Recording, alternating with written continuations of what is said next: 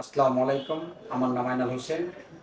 আমি এবারকার 6 তারিখে নির্বাচন গেছে।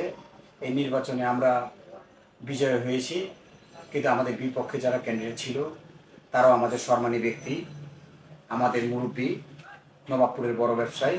কিন্তু তারা আমার পক্ষ থেকে তাদের আমরা শ্রদ্ধাশীল, তাদের আমরা সালাম দিই, আসসালামু আলাইকুম। প্রথমে আমার বড় বড় গার্জেনগুলো, কিন্তু আমি মনে করি নির্বাচন একটু সুষ্ঠু হয়েছে।